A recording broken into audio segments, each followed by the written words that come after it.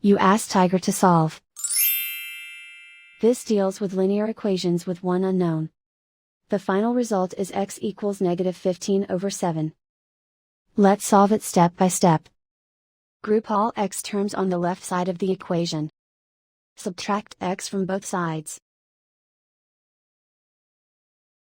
Group like terms.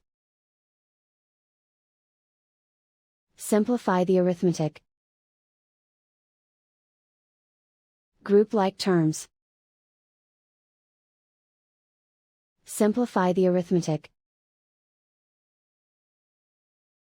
Group all constants on the right side of the equation. Subtract 1/7 from both sides.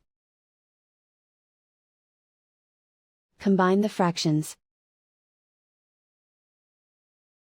Combine the numerators. Reduce the zero numerator. Simplify the arithmetic.